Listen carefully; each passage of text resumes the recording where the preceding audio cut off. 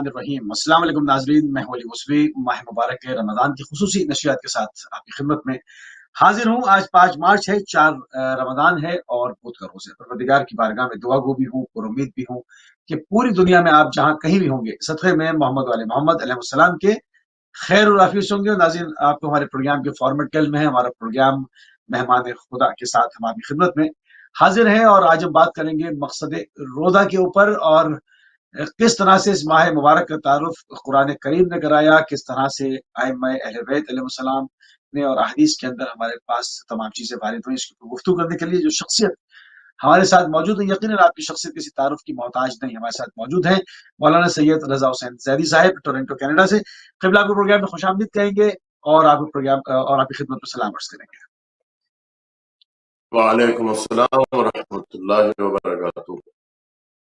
قبلہ، تھوڑی سی تمیدی گفتگو کے ساتھ ہمیشہ کی طرح پروگرام کا آغاز کیا جاتا ہے، اور اس ماہ مبارک کا تعارف کلام پاک میں پروردگار نے کس طرح سے کرایا، کس طرح سے حکم دیا، اس پر ذرا روشنی ڈالتے ہیں۔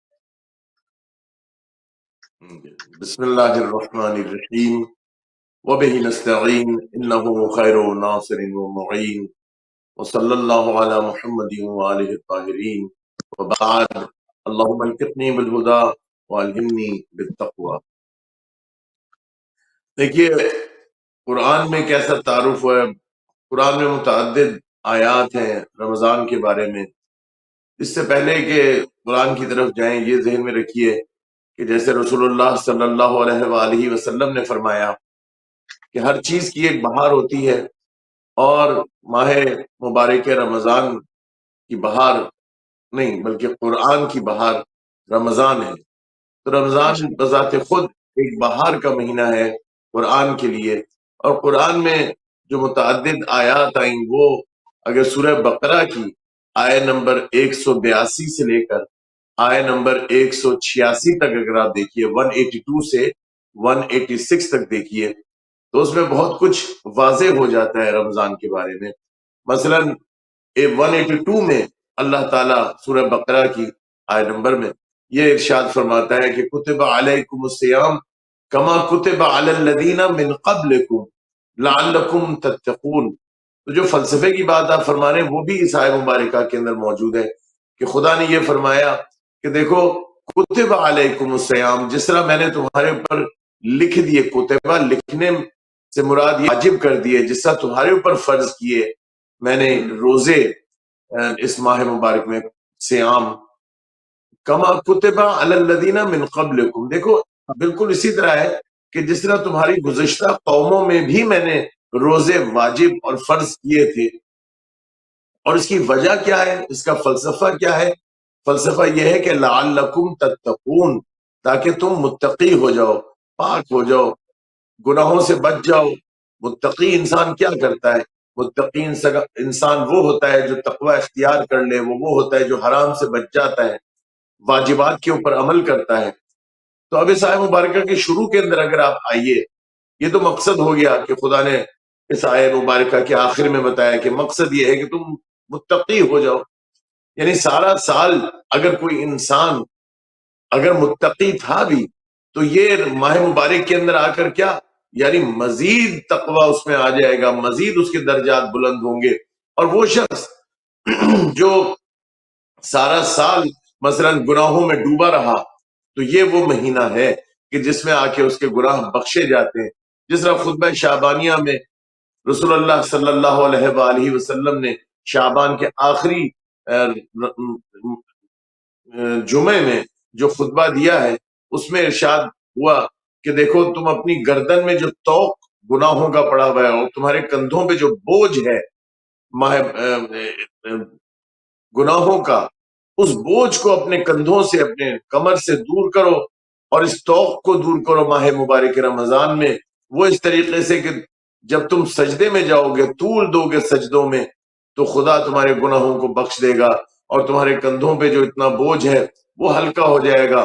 دیکھو یہ وہ مہینہ ہے جو مغفرتوں کا ہے، برکتوں کا ہے، اور اس میں اللہ تعالیٰ مغفی ہے۔ یہ مت کبھی سوچنا کہ خدا تمہیں معاف نہیں کرے گا۔ جو گناہ سارا سال معاف نہ ہوتے ہوں، اس ماہ میں معاف ہوتے ہیں۔ یہ میں درمیان میں ایک بات کر رہا ہوں۔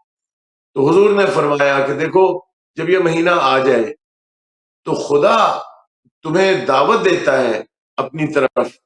تو دیکھیے کہ ایک دعوت خدا نے دی، ایک دسترخوان اللہ نے بچھایا انسانیت کے لیے، بشریت کے لیے، تاکہ وہ اس سے فائدہ یہ اٹھائیں کہ سب سے پہلے خدا سے نزدیک ہوں. دیکھیں سارا سال انسان جو اللہ کو بلاتا ہے، ماہ مبارک وہ ہے جس میں خدا انسان کو اپنے پاس بلا رہا ہے، اپنی طرف بلا رہا ہے. سارا سال جو انسان خدا کو ڈھونڈ رہا ہوتا ہے، اس مہینے میں خدا انسان کی دعوت دے رہا ہے کہ آؤ اے میرے بندے، اگر تم روزے رکھو گے تو فقط تمہارا سانس لینا بھی تسبیح میں شمار ہوگا، اور اگر تم فقط سو جاؤ گے، کچھ نہیں کر رہے ہوگے، یعنی جاؤ گے، تو سونے کو بھی میں عبادت میں تبدیل کر دوں گا. یہ اور پھر جب وہ انسان اگر خدا سے دعا کرے تو خدا سن رہا، یقیناً سن رہا ہے، اور وہ کہتا ہے لبیک میرے بندے، مجھے بتا تجھے تیری حاجت کیا ہے. جو بھی حاجت مانگے وہ قبول ہوتی ہے، گناہوں کی معافی مانگے تو قبول ہوتی ہے. اس ماہ مبارک میں اس ضمن میں یہ بھی کہتا چلوں کہ اپنے مرحومین کو کبھی نہ بھولیے. اگر والدین کسی کے دنیا میں نہ ہو، خدا ہر ایک کے سروں پر ان کے والدین کا سایہ قائم و دائم رکھے، لیکن اگر وہ نہ موجود ہوں تو ان کو ہمیں یاد رکھیے کہ اپنی عبادتوں میں ان کو یاد رکھیے، اور ان کے لیے دعا مغفرت جس طرح اپنے لیے کر رہے ہیں تو ان کے لیے بھی کریں، اور ان کو نہ بھولیں اس ماہ مبارک میں. تو اس میں جو آیت مبارکہ کی طرف اگر پہلے جائیے کہ جو اللہ تعالیٰ ارشاد فرما رہا ہے قرآن میں، کہ جو آپ کا سوال بھی تھا کہ قرآن کیسے تعارف کراتا ہے، تو یہ جو اللہ نے فرمایا علیکم الصیام، دیکھو میں نے تمہارے اوپر یہ فرض کر دیا، لکھ دیا گیا. تو اس میں ایک شدت بھی آ گئی اللہ تعالیٰ کی طرف سے. اس کلام کے اندر اور بھی دکھائی دے رہا ہے کہ اللہ تعالیٰ اس بات پہ دے رہا ہے کہ دیکھو ان ایام کو ہلکا نہ لینا. بہت سارے لوگوں کو آپ نے معاشرے میں دیکھا ہوگا، کیا ہمیں روزے ہیں مولانا، میں نے تو نیت نہیں کی آج اور میں اسی طرح چلا آیا. ان کو یہ بھی نہیں معلوم کہ فقہی مسئلہ یہ ہے کہ کفارہ اس کا اتنا ہی ہوگا کہ جتنا اگر آپ روزہ رکھنے کے بعد اگر توڑ دیں تو 60 مسکینوں کو یا تو آپ کھانا کھلائیں، یا 60 روزے آپ رکھیں، یا غلام آزاد کریں. تو غلام تو آج کے زمانے میں آپ آزاد کر نہیں سکتے، آپ کے پاس وہی دو آپشنز رہ جاتے ہیں کہ یا تو آپ 60 مسکینوں کو کھانا کھلائیں یا 60 روزے رکھیں. تو اگر آپ پر شرائط پوری ہو رہی تھیں اور ماہ مبارک میں آپ نے جانتے بوجھتے ہوئے روزہ نہیں رکھا، حالانکہ آپ سفر پہ نہیں تھے، حالانکہ آپ مریض نہیں تھے، آپ نے جانتے بوجھتے ہوئے روزہ نہیں رکھا کہ میں نے نیت نہیں کی. نیت نہیں کی کیا مطلب؟ بھائی آپ ماہ مبارک رمضان میں کتب علیکم الصیام، خدا کہہ رہا ہے میں نے تمہارے پر فرض کر دیے، تو اس کا بھی کفارہ اتنا ہی ہوگا کہ جتنا توڑنے کا کفارہ ہے. لہٰذا اس کو سنجیدگی سے لیا جائے. اور پھر جب یہ سنجیدگی سے لینے کی بات ہے کہ کتب علیکم الصیام، تو آگے اللہ نے فرما دیا کما کتب علی الذین من قبلکم. دیکھو اللہ نے پھر ادھر دلاسا بھی دیا، تھوڑا سا انسان کو ڈھارس بھی دی کہ دیکھو میرے بندے، فقط تمہارے اوپر ہی میں نے فرض نہیں کیا، بلکہ یہ تمہارے سے پہلے گزشتہ قومیں جو تھیں ان پر بھی میں نے فرض کیا تھا. تو فقط تم ہی نہیں ہو کہ اگر تم سمجھو کہ بس یہی ایک امت ہے کہ جس کے اوپر یہ سختی آئی. اور خدا نے کبھی انسان کے لیے سختی نہیں چاہی، وہ بعد کی آیات کے اندر بھی اس کا ذکر آ جاتا ہے. اس کا مقصد کیا ہے؟ دیکھیے جب اللہ نے اس میں دو نکلتے ہیں، ایک تو یہ کہ جو میں کہہ رہا ہوں کہ ڈھارس والی بات، دوسرا نقطہ یہ نکلتا ہے کہ اللہ تعالیٰ یہ ارشاد کر رہا ہے کہ گزشتہ قوموں میں بھی یہ روزے فرض کیے گئے، شریعتیں یعنی بدلتی رہیں گزشتہ قوموں کے اندر. اگر آپ دیکھیں کہ جس طریقے سے انبیاء علیہ السلام آئے، ان کے ماحول اور حالات اور واقعات دیکھتے ہوئے اللہ تعالیٰ شریعت بھیجتا ہے. اب جو شریعت ہمارے پاس آئی ہے وہ قیامت تک کے لیے ہے، کیونکہ رسول اللہ صلی اللہ علیہ وآلہ وسلم آخری نبی ہیں، لہٰذا اور شریعت میں تو تبدیلی ہو نہیں سکتی. حلال محمد حلال محمد حلال الى یوم القیامہ وحرام محمد حرام الى یوم القیامہ. تو یہ شریعت تو قیامت تک چلے گی، حرام و حلال کردہ رسول اللہ کا. تو پچھلی شریعتوں میں تبدیل ہوتی نہیں بہت ساری چیزیں، لیکن ادھر روزوں کی جہاں بات آئی اللہ نے کہا کما، بالکل اسی طرح مثال دی ہے، کما کتبہ الذین من قبلکم، تمہارے سے پہلے گزشتہ قوموں میں بھی میں نے یہ فرض کیے تھے روزے. یعنی کیا مطلب؟ مطلب یہ ہوا کہ جو چیزیں بدلتی تو رہی، روزے ہر امت میں روزے رکھے گئے. اس کی کیا وجہ یہ ہے کہ جو چیز انسانی فطرت سے نزدیک ہو، جو انسانی فطرت کے تقاضے پورے کرتی ہو، جو انسانی فطرت سے الگ نہ ہو، اس کو شریعت سے خدا تبدیل نہیں کرتا. حضرت آدم سے لے کے رسول اللہ کی صلی اللہ علیہ وآلہ وسلم کی امت تک جتنی بھی امتیں آئی ہیں، ان سب میں اللہ نے روزے اس لیے فرض کیے کیونکہ یہ وہ چیز ہے جو انسان کی فطرت سے جدا نہیں. یہ فطری ایک چیز ہے کہ انسان کو وہ جو ہے نا فطرت اللہ التی فطر علیہا، انسان کی فطرت وہ ہے کہ اللہ تعالیٰ نے انسان کو اپنی فطرت پہ خلق کیا. اس فطرت سے انسان دور کب ہوتا ہے؟ جب وہ گناہوں میں ڈوبتا ہے، جب وہ چلا جاتا تو خدا سے دور چلا جاتا ہے، خدا سے دور جاتا ہے، گناہوں میں پڑتا ہے. تو در حقیقت وہ جو فطرت جس پہ انسان کو اللہ تعالیٰ کیا، مثلا بچے اس فطرت پہ زیادہ گامزن ہوتے ہیں بنسبتاً بڑوں کے جو گناہوں میں ڈوب جاتے ہیں.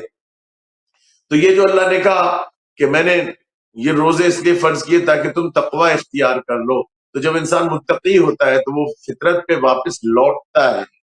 تو یہ روزے کیا کرتے ہیں کہ انسان کو جس فطرت پہ اللہ نے خلق کیا ہے اس کی طرف واپس لوٹا دیتے ہیں. تو اس لیے اللہ تعالیٰ نے یہ ارشاد فرمایا کہ گزشتہ قوموں میں بھی میں نے اس لیے پھر تبدیل نہیں کی شریعت. ان کے لیے بھی روزے واجب کیے گئے کہ تم کچھ مدت دن کے اندر تم جو ہے وہ کھائے بغیر رہو، اور وہ چیزیں بھی جو اللہ تعالیٰ نے حلال کی ہیں وہ یعنی پانی جیسے ہے وہ حلال چیز ہے، لیکن روزے کے حرام ہو جاتی ہے. پانی حرام ہو گیا، کھانا بہت انواع و اقسام کے رزق ہیں، کلو وشربو ولا تسرفو، جیسے اللہ نے کہا کہ کھاؤ پیو لیکن ضائع مت کرو، اسراف نہ کرو. تو حلال رزق کے بہت ساری فہرست ہے، لیکن وہ سب کے سب جو حلال رزق ہیں وہ انسان کے لیے دنیاوی حلال رزق وہ حرام ہو جاتے ہیں. حرام کیوں ہو جاتے ہیں؟ کیونکہ آپ نے روزہ رکھا ہوا ہے. تو یہ خدا نے ایک تربیت بھی انسان کی اس میں ہے کہ انسان کی جو تربیت ہو رہی ہے وہ یہ کہ اگر وہ بہت ساری حلال چیزیں بھی اگر آپ کے اوپر اس ماہ مبارک میں خدا نے حرام کر دی روزے کی حالت میں، تو جب ماہ مبارک گزر چکا ہوگا، 30 دن یا 29 دن پورے ہو چکے ہوں گے، تو آپ کو اتنی تربیت آپ کی ہو جائے گی جہاں وہ انسان حلال چیزوں سے بچ رہا ہے. تو اگر کوئی حرام چیزیں ہوں اور خدا سامنے رکھے تو ان سے بچنا کتنا آ جائے گا. مقصد یہی نہیں کہ انسان متقی پرہیزگار صرف ماہ مبارک کے اندر ہے، بلکہ آئندہ کے لیے اس کے لیے اچھا، تربیت ہو جاتی ہے. اس میں جو جی صرف عموماً لوگ سمجھتے ہیں کہ صرف کھانے اور پینے کا نام روزہ ہے، اس میں مکمل وہ کتنی شرائط ہیں، کتنے احکام ہیں جو مل کے اس کو روزہ بناتے ہیں، جس کو ہم روزہ کہہ سکتے ہیں کہ یہ روزہ ہے اور یہ شخص روزے دار ہے، روزے سے ہے. وہ کتنے اس کے اندر کتنے احکام ہیں، وہ کیا چیزیں ہیں خاص جی طور سے؟ دیکھیے، اسی خطبہ شعبانیہ میں اگر خاص جو موٹی موٹی باتیں کریں تو اس کے اندر تو یہ ہے کہ رسول اللہ صلی اللہ علیہ وآلہ وسلم نے جہاں ارشاد فرمایا کہ دیکھو اس ماہ مبارک میں زبان جو تمہاری ہے انسان کی زبان، اس کو بھی روزے میں بہت اہمیت دی گئی ہے کہ اس کو اپنے قابو میں رکھو. کانوں کو اللہ کے نبی نے فرمایا کہ اس کو قابو میں رکھو. زبان کو کیا مطلب؟ دیکھیے اب روزہ انسان نے رکھا ہوا ہے تو بہت سو کو غصہ آنا شروع ہو جاتا ہے روزے میں، اور ان کا پارا ہائی ہو جاتا ہے، اور وہ بہانے سے لڑائی ڈھونڈ رہے ہوتے ہیں، کبھی اپنی اہلیہ کے ساتھ یعنی اپنی بیوی کے ساتھ، یا کبھی اپنے اولاد بچوں کے ساتھ، یا کبھی باہر نکلے تو وہاں بہانے سے لڑائی کر رہے ہیں. گاڑی ڈرائیو کر رہے ہیں تو کسی سگنل پہ رک گئے، کسی سے کوئی غلطی دیکھی تو اس کو برا بھلا کہنا شروع کیا. تو یہ رسول اللہ صلی اللہ علیہ وآلہ وسلم نے یہ زبان کو جو قابو رکھنے کی بات ہے اس میں مہم ترین چیزیں دو ہیں کہ ایک تو انسان اپنا غصہ قابو میں رکھے اس ماہ مبارک میں رمضان میں، کسی کا دل نہ توڑے، ایسا نہ ہو کسی کی توہین کر دے۔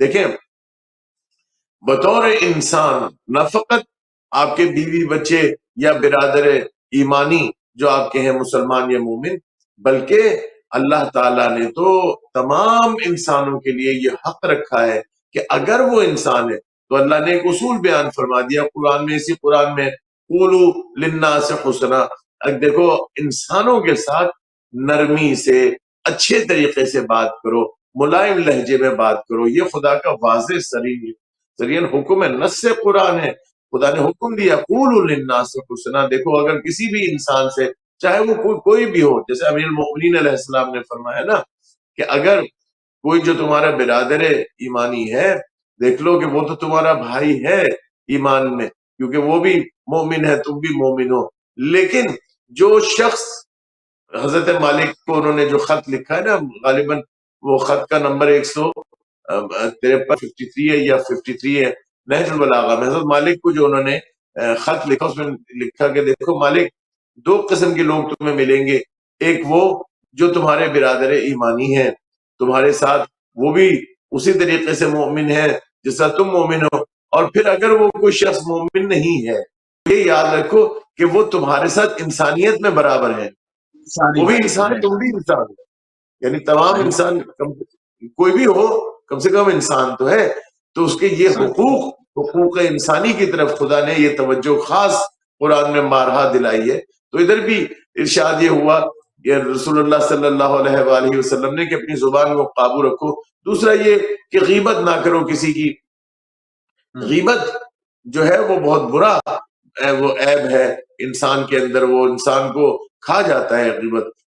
اور دیکھیے جس طرح میں نے یہ خطبہ شعبانیہ جو امیر المومنین علیہ السلام سے نقل ہوا اور وہ بحار الانوار میں بھی ہے اور مختلف کتب حدیث میں نقل کیا گیا، اس خطبے میں جو زبان کو قابو رکھنے والی بات ہے وہ بہت ہی مہم ہے کہ دیکھیے کہ اگر اس پورے 30 دن اگر انسان ان دو چیزوں پہ اپنی زبان کو قابو کر لے کہ اگر اس کو غصہ آ بھی رہا ہو تو وہ جو آیا مبارکہ ہے کاظم الغیظ، غصہ آنا فطری ہے، انسان کو غصہ آتا ہے بعض دفعہ، ایسا نہیں ہو سکتا کہ انسان کو غصہ نہ آئے، کوئی چیز سامنے ایسی ہو کہ غلط چیز ہو رہی ہو تو انسان کو غصہ نہ آئے، غصہ آتا ہے، غصہ نہ آنے والی بات جو ہے وہ درست نہیں ہے، انسان کو تو غصہ آتا ہے۔ کیا رسول اللہ صلی اللہ علیہ وآلہ وسلم کو غصہ نہیں آتا تھا؟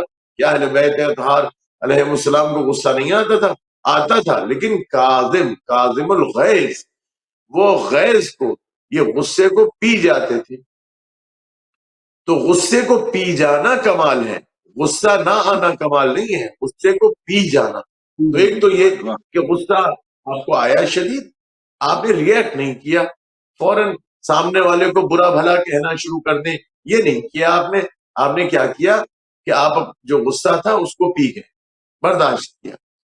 اور دوسرا یہ کہ غیبت نہ کریں کسی کی، کہ یہ قرآن میں ہی ہے آیہ مبارکہ کہ کیا تم پسند کرو گے کہ تم اپنے سگے بھائی کا گوشت جبکہ وہ مر جائے اور اس کا جنازہ پڑا ہو، میت ہے، اور تم اس میت اپنے سگے بھائی کی میت سے اس کا گوشت کھانا شروع کر دو، یقیناً تمہیں کراہت ہوگی۔ تو یہ جو کراہت آئے گی تمہیں یقیناً یہ ناپسند عمل ہے، کون ایسا کر سکتا ہے؟ تو خدا نے یہ مثال کیوں دی کہ جب انسان یہ کہے کہ اے اللہ کبھی کوئی ایسا بھی کر سکتا ہے، یہ کون کرے گا کہ اپنے سگے بھائی کے گوشت کھانے شروع کر دے؟ تو خدا کہہ رہا ہے کہ غیبت کرنا بھی ایسا ہی ہے۔ تو یہ غیبت اتنی بری چیز، تو یہ رمضان میں خاص کر کے اگر ہم اپنی زبان کو قابو رکھیں، غیبت سے بچیں، یا مثلا کوئی ایک اور چیز یہ ہے کہ جھوٹ سے اپنے آپ کو بچایا جائے۔ ایک فقہی مسئلہ بھی آپ کے سامنے عرض کر دوں کہ رمضان میں ایک بہت بڑا مسئلہ ہوتا ہے، اور وہ یہ کہ سب کو سننے کی ضرورت ہے۔ ماشاءاللہ یہ آپ لوگ پروگرام یہ کرتے ہیں تو آپ کے توسط سے لوگوں تک پیغام جاتا ہے یہ، اور پیغام یہ نہایت ضروری یہ ہے کہ زبان کو کنٹرول کرنے کی جہاں بات آ رہی ہے تو روزہ رکھا ہوا ہو اور آپ یہ کہہ دیں کہ مولا علی علیہ السلام نے یہ فرمایا، امام حسین علیہ السلام نے یہ فرمایا، حالانکہ انہوں نے نہ فرمایا ہو، تو یہ پھر ایک جھوٹ ہو جائے گا جو کہ آپ نسبت دے رہے ہیں معصوم سے. اور اگر ایسا کیا، یہ ہمارے یہاں فقہی مسئلہ ہے کہ اگر آپ نے ایسا کیا تو اگر آپ نے روزہ رکھا ہوگا تو روزہ آپ کا باطل ہو جائے گا، اسی لحظے آپ کا روزہ ٹوٹ جائے گا. اور آپ سوشل میڈیا کے اوپر جائیے تو تو آپ کھول کے دیکھیے کہ وہ سوشل میڈیا، فیس بک دیکھیں، کچھ بھی دیکھیں تو اس کے اوپر احادیث معصومین علیہ السلام بڑی بڑی ہوں گی، اور پھر اس میں لکھا ہوگا مولا علی علیہ السلام نے فرمایا یہ. اب اس صاحب نے کسی سے سنی ہے بات، وہ ہو سکتا ہے آیا قرآنی ہو سکتا ہے کہ امیر المومنین علیہ السلام نے فرمایا ہی نہ ہو، ضعیف ایک روایت، ضعیف ایک حدیث ہو، اور آپ نے اس کو لکھ دیا اور آپ نے یا پھر کوٹ کر دیا. اب آپ کوٹ تو کر دیا آپ نے، لیکن وہ روایت کا وجود نہیں تھا. جب روایت کا وجود نہیں تھا تو یہ جھوٹ ہو گیا نا. تو یہ جھوٹ کی نسبت دینا اہل بیت سے، فوراً آپ کا جو روزہ آپ نے رکھا ہوا ہے آپ کو خبر بھی نہیں ہے اور آپ کا روزہ ٹوٹ گیا، روزہ ختم ہو گیا. اب اس کا کیا حل ہے؟ کیا حل اس کا یہ ہے کہ لوگ جو بالآخر ماہ مبارک رمضان میں اہل بیت علیہ السلام کی بات کرتے ہیں لوگ، تو کیا وہ تبلیغ نہ کریں؟ کیا وہ اپنے حساب سے وہ بات نہ کریں؟ نہیں کریں. یہ ہے کہ آپ کتاب کا حوالہ دے دیں.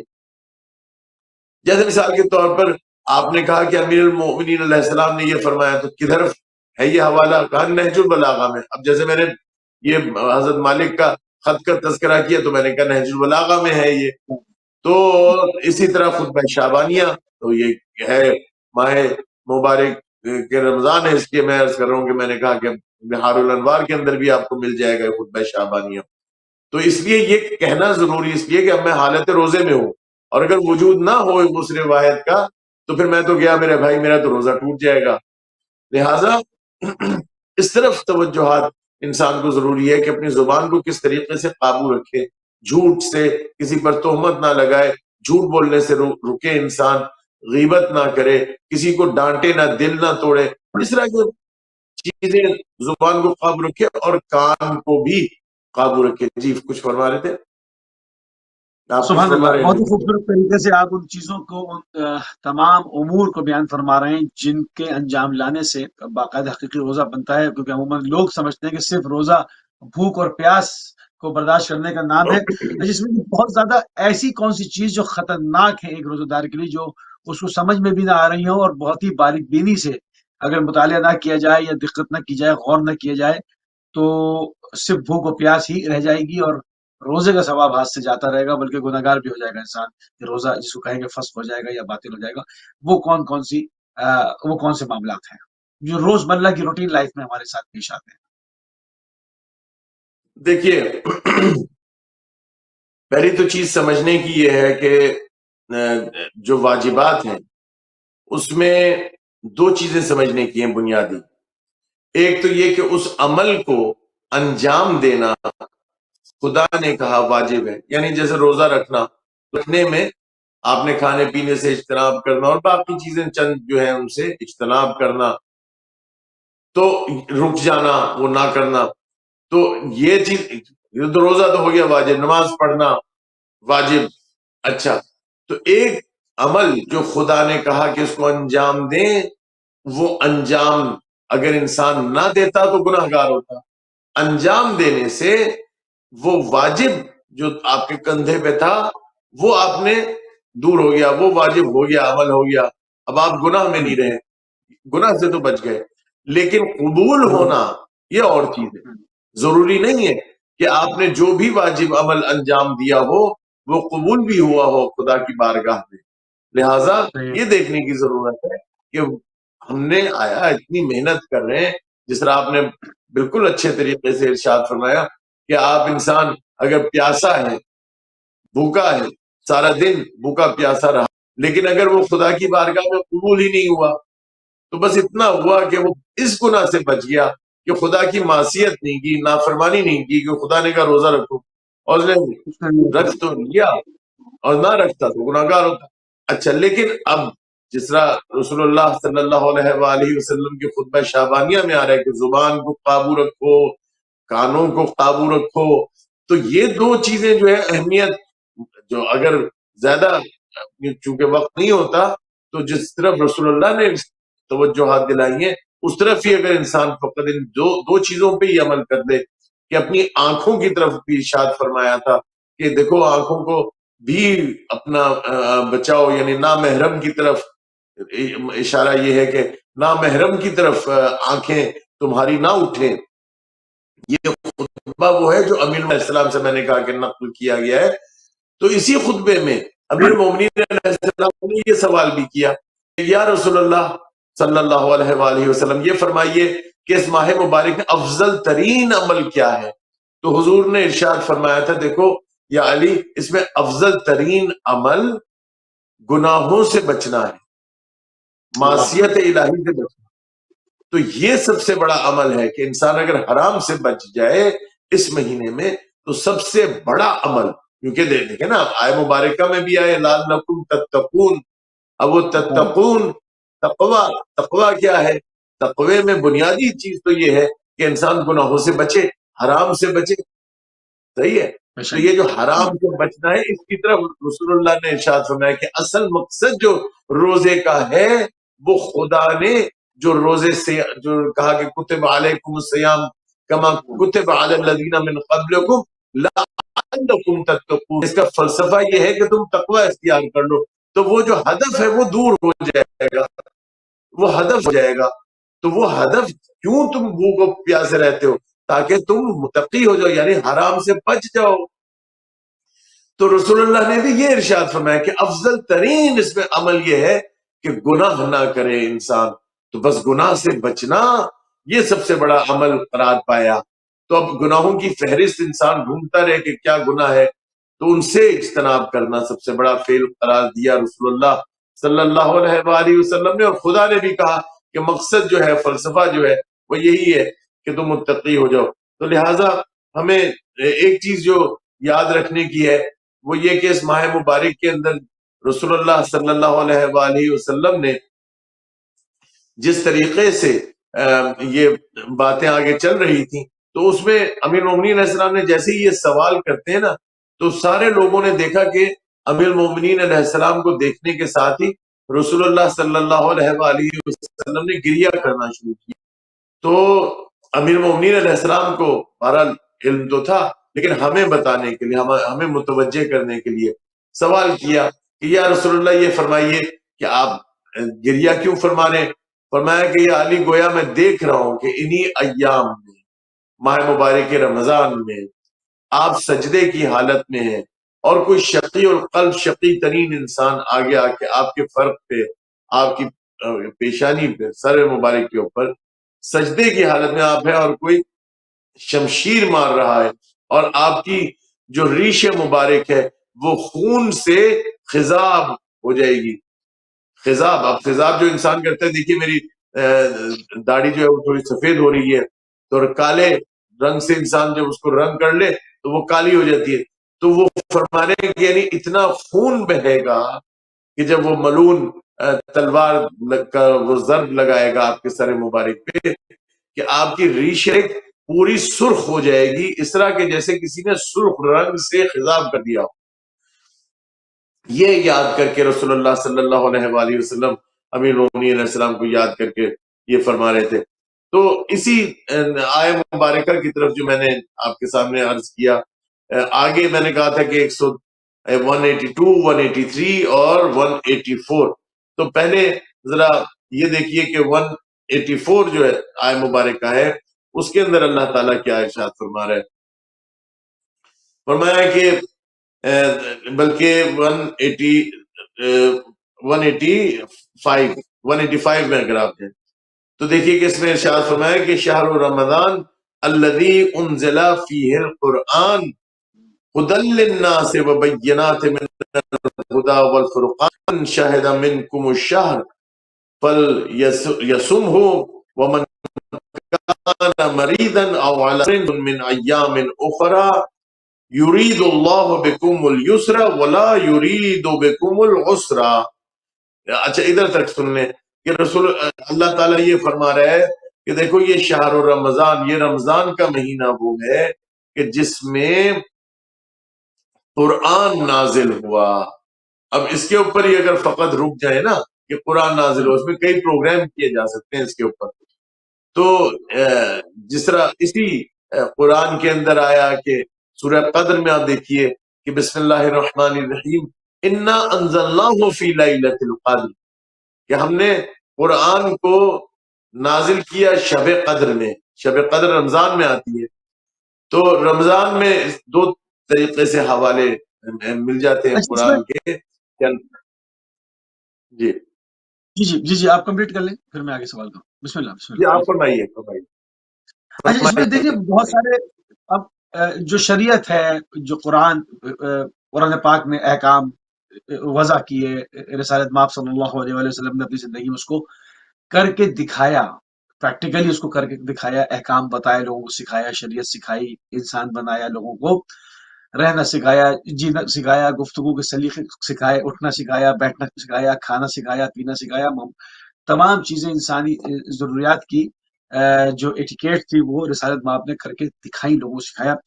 اہل بیت سے رسالت مآب کے بعد اختلاف پیدا ہوا، اور جو ہے وہ روزے کھولنے کی ٹائمنگ میں بھی اختلاف ہو گیا، اور قرآن صاف صاف کہہ رہا ہے کہ اس کو رات سے میلاد اللیل کا لفظ ہے، مگر جہاں پر اہل بیت سے دین نہیں لیا جاتا اور وہاں پر روزوں کو رات سے نہیں ملایا جا رہا، ان اشخاص کے لیے جو کہ جانتے نہیں ہیں کہ ہم غلط کر رہے ہیں، اپنی دانش میں بالکل صحیح خدا کی بارگاہ میں اپنے تقوی کو پیش کرنے کی کوشش کر رہے ہیں، تو یہ اس کی ہدایت کیسے ہوگی اور ان روزوں کا کیا ہوگا؟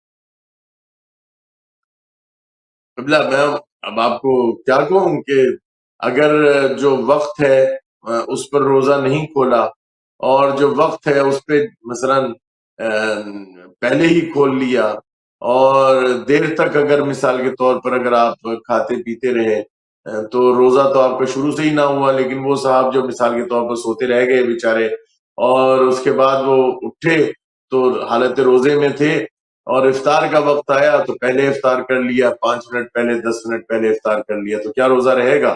یقیناً تمام امت مسلمہ کہے گی کہ وہ روزہ باطل ہو جائے گا. اور جیسے آپ خود فرما رہے ہیں کہ قرآن میں ارشاد ہوا کہ رات تک روزہ رکھو، تو رات تک تو کیا رات واقع ہو چکی ہوتی ہے کہ جب یہ لوگ روزہ تمام امت مسلمہ کھول رہی ہوتی ہے؟ اس پہ مجھے ایک واقعہ یاد آ گیا، اگر آپ اجازت دیں تو آپ کی خدمت میں عرض کروں.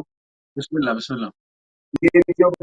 دبئی میں مجھے کسی صاحب نے سنایا تھا کہ برج الخلیفہ جب بنایا گیا، یہ سب سے اونچا جو ایک ٹاور ہے جو دبئی میں ہے، عموماً جو بھی لوگ جاتے ہیں تو جا کے لفظ استعمال کروں، کیا لفظ استعمال کروں، تو خیر ادھر جو لوگ رہتے ہیں تو جو بہت ہی ٹاپ کی جو ہائٹ کے اوپر جو فلیٹس تھے، اپارٹمنٹس تھیں، ان اپارٹمنٹس میں رہنے والوں نے یہ دیکھا کہ جب افطاری کا وقت آیا، یعنی ہمارے برادر ایمانی جو اب ہمارے ہیں ان کا جب وقت آیا، اہل سنت کا صاف واضح کو کہ جب وقت آیا افطار کرنے کا، روزہ کھولنے کا، تو انہوں نے چونکہ بلندی پہ تھے تو کھڑکی سے باہر دیکھا تو تو سورج تو ابھی نہیں ڈوبا، سورج تو ابھی ہے، تو یہ روزہ ہم لوگوں کو کھولنے کے لیے وقت ہو چکا ہے.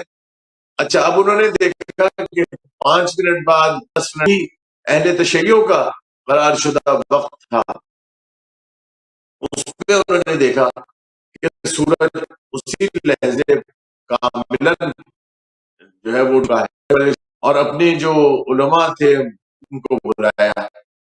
اب مولوی صاحب پہنچے وہاں پہ دوڑتے دوڑتے، تو ان کو داڑیاں بھی ماشاءاللہ سبحان اللہ اتنی لمبی ہوتی ہوئے کیا حال رہا ہوگا داڑیوں کا. خیر وہ پہنچے، اور وہ جب وہاں وقت آیا اس وقت انہوں نے دیکھا پردے ہٹائے ہوئے تھے، کھڑکی سے باہر جب دیکھا تو دیکھا کہ واقعی سورج نہیں ڈوبا ہوا. کہا سامنے دیکھو سورج نہیں ڈوب رہا. اور جو شیعوں کا وقت آیا اس پہ سورج ڈوب چکا ہے. تو بتائے کہ اس میں کیا کریں؟ تو آپ کو یقین آئے نہ آئے تو میں ان کی عقلوں کا پھر کیا کروں کہ انہوں نے مولویوں نے فتویٰ یہ دیا کہ جو اوپر کی منزلوں میں رہ رہے ہیں شیعوں کے ساتھ روزہ کھولیں، اور جو نیچے والی منزل پر ہیں وہ اہل سنت کے ساتھ روزہ کھولیں جو ان کا وقت. آپ بیسیکلی وہ مجھے بتائیے مطلب کہ اس کو کتنا فرق ہوتا ہے کتنا فرق ہوتا ہے، اس کو جو رات سے ملانے کا حکم ہے وہ بیسیکلی ہے کیا؟ مطلب اب اسے اس کو سادہ الفاظ میں سمجھانے کے لیے مطلب وہ کتنا فرق رہتا ہے؟ دیکھیے قبلہ، جو رات کو جب رات آپ کہتے ہیں نا، تو آپ کے سر پہ سے جو سرخی گزر جاتی ہے، جو ہم شیعہ جو ہیں، تو وہ سر پہ سے سرخی جب گزر گئی وہ سورج کاملاً ڈوب جاتا ہے۔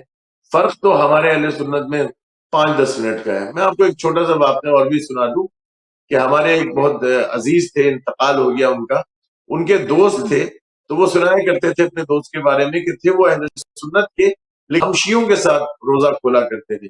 جب ان سے پوچھا کہ ایسا کیوں کرتے ہیں، تو انہوں نے کہا بھائی بات یہ ہے کہ ہمارے یہاں جاتا ہے کہ روزہ اگر دیر سے کھولا جائے تو مکروہ ہو جائے گا، لیکن شیعہ حضرات آپ لوگ یہ کہتے ہیں کہ مکروہ قبول ہے، باطل ہونا مجھے قبول نہیں ہے، کیا پتہ کون صحیح ہو، تو آپ لوگوں کے ساتھ ہوں اس لیے۔ اب جب رہی بات جو مکروہ کی بات ہے، تو مجھے سمجھ نہیں آتی کہ عقلیں کہاں چلی جاتی ہیں۔ بھائی انسان روزے کی حالت میں ہے، چند چیزیں ایسی ہیں جس کی وجہ سے روزہ ٹوٹ جاتا ہے، روزہ کھل جاتا ہے، وہ اہل سنت ہیں، اور ان میں سے ایک وقت بھی تو ہے کہ جب وہ وقت ہو گیا تو اب وہ وقت ہونے کی وجہ سے تو آپ کا روزہ ویسے ہی کھل چکا ہے نا میرے بھائی، اس کے بعد تو آپ یہ بھوکے پیاسے تو اپنی مرضی سے آپ رہ رہے ہیں، تو اب وہ روزہ کھل ہی گیا تو مکروہ کاہے کا؟ کیا چیز مکروہ ہوئی؟ بھائی کامن سینس کی بات ہے کہ جو میں اپنے اہل سنت بھائیوں سے سوال کر رہا ہوں، بہرحال اگر سامنے سورج کو دیکھنے کے باوجود وہ انکار کر جائیں اور کہیں کہ بھائی جنہوں نے دیکھ لیا وہ کر لیں، جنہوں نے نہیں دیکھا بولے، اب کیا سوال کروں؟ میں تو بس یہ کہتا ہوں کہ کیا اپنے کہ بھائی اتنا کہتا ہوں کہ بھائی آپ قرآن کے اوپر عمل کریں، جو دعوے دار ہے اس بات کے کہ حسبنا کتاب، اللہ کی کتاب کافی ہے، تو کتاب میں اللہ نے کیا لکھا؟ رات تک، جب رات کی بات ہے کہ تک روزہ ہے تو رات کیا ہو چکی ہوتی ہے؟ جس وقت آپ لوگ کھول رہے ہوتے ہیں کیا رات ہوتی ہے؟ کیا وہ لیل کے زمرے میں آتی؟ یہ کیسی، کون سا انصاف یہ کرتے ہیں؟ بہر صورت ضد کے اچھا، اوپر اگر قرآن نے صاف عمل الفاظ کرنا میں شروع کریں۔ قرآن کریم نے صاف الفاظ میں کیا بیان کیا؟ قرآن کریم سے پوچھ لیتے ہیں نا۔ یہ قرآن میں یہی ہے، ان اللیل، ان اللیل ہے۔ اور یہ بھی آپ کو میں عرض کروں کہ جس طرح یہ ضد کی بات آ رہی ہے تو اسی آیہ مبارکہ میں جس آپ کے ساتھ، تو وہ یہ بھی آگے آ رہا ہے نا، ایام معدودات فمن کان منکم مرض من ایام اخرى۔ دیکھو اب یہ نص قرآن ہے نا بھائی، قرآن سے آپ کیسے منہ پھیر دیں؟ خدا یہ دیکھو کہ اگر تم مریض ہو اولا سفرین، اور یا سفر پہ چلے جاتے ہو، تو پھر ان کی تعداد جو ہے روزے جو قضا تمہارے ہو جاتے ہیں وہ باقی بعد کے ایام رمضان کے بعد ان کو پورا کر دینا، یعنی خدا حکم دے رہا ہے کہ دیکھو۔ اور اسی کے بعد والی آیہ مبارکہ میں دوبارہ خدا نے اس کے اوپر یہ کیا، ریپیٹ کیا، یعنی آیہ نمبر یہ میں آپ کو بتا رہا ہوں 184 اور پھر 185، اس کے اندر بھی فمن شاہد منکم فلیصومہ ومن کان فعدۃ من ایام اخرى۔ اب وجہ بھی خدا کہہ رہے ہیں یرید اللہ بکم، خدا آپ کے لیے راحت چاہتا ہے، خدا آسانی چاہتا ہے، تو خدا کی مرضی چلے گی نا میرے بھائی، آپ کی مرضی نہیں چلے گی، جو خدا چاہتا ہے وہ چلے گا۔ خدا کہہ رہے ہیں میں آپ کے انسان کے لیے راحت چاہتا ہوں، سختی نہیں چاہتا۔ جب خدا نے کہہ دیا کہ تم مریض ہو اور سفر میں ہو تو روزہ نہ رکھو، کیوں؟ کیونکہ میں تمہارے لیے سختی نہیں چاہتا، راحت چاہتا ہوں، سختی نہیں چاہتا۔ تو جب خدا کی مرضی چلے گی، بھائی عبادت کہتے ہی اس کو ہے کہ جو خدا کی بات پر عمل کرے۔ فجر ابھی 2 رکعت ہے، انسان چاہے کہ بھی میرے پاس تو ٹائم ہے میں 4 رکعت پڑھ لوں، میرا دل چاہ رہا ہے، تو اگر آپ 1 رکعت بھی اضافہ کریں گے تو وہ نماز نہیں ہوگی، وہ بندگی نہیں ہوگی، وہ عبادت ہوگی اور مارو.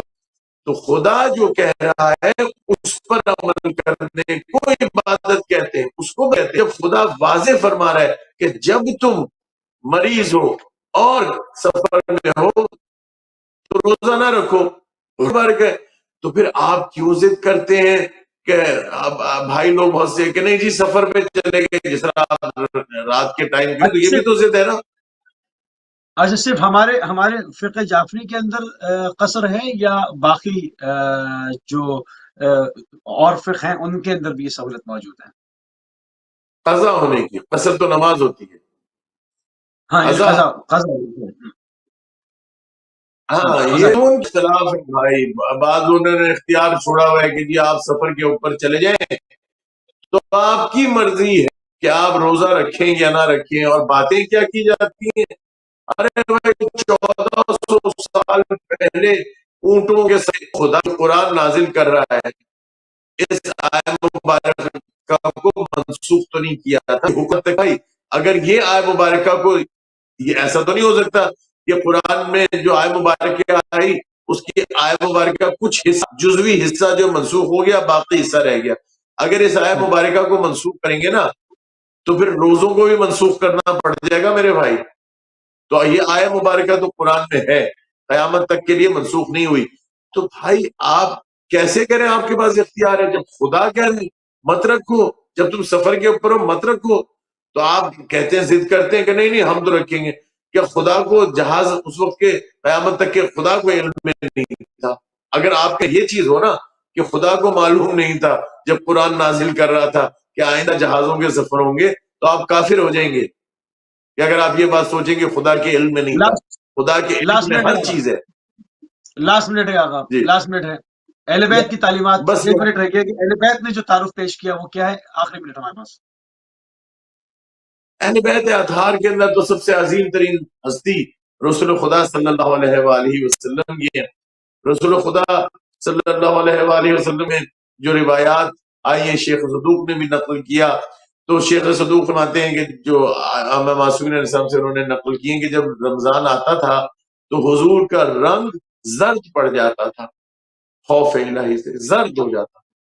تو اور ساری ساری رات حضور عبادت میں مشغول رہتے، قرآن پڑھتے. اچھے سے میں ایک بات میں عرض کرتا چلوں کہ میں نے عرض کیا تھا نا شروع کے اندر کہ خطبہ شعبانیہ میں آیا کہ ہر چیز کی قرآن کی بہار یا رمضان ہے. رمضان میں ایک آیت مبارکہ پڑھنا، ایک آیت پڑھنا پورے قرآن کا. اگر میں کہہ دوں نا بسم اللہ الرحمن الرحیم، یہ میں نے جو آیت مبارکہ پڑھی پورے قرآن پڑھنے کا مجھے ثواب مل گیا. تو کیا کہنے اس کے جو قرآن ختم کرے. یہ آیا رسول اللہ رمضان کے اندر 40 دفعہ قرآن ختم کرتے تھے، 40 مرتبہ قرآن پڑھتے. اللہ اکبر. تو یہ قرآن کو یاد رکھیں ماہ مبارک رمضان میں، جتنا زیادہ قرآن پڑھ سکتے ہیں پڑھیں، اور ہدیہ کریں اپنے وقت کے امام کو، امام زمانہ علیہ السلام کو، تاکہ آپ کی قبولیت بھی زیادہ ہو. اور یقیناً قبول ہو جائے. مرجع وقت ہے آیت اللہ وحید خراسانی، تو وہ تو یہ فرماتے ہیں کہ عام دنوں میں بھی کم سے کم 50 آیت عادت کریں دن کے اندر پڑھنے کی، کہ وہ 50 آیات اگر آپ پڑھیں اور اپنے وقت کے امام کو ہدیہ کریں. تو یہ سبحان اللہ، بہترین بہت عمل ہے.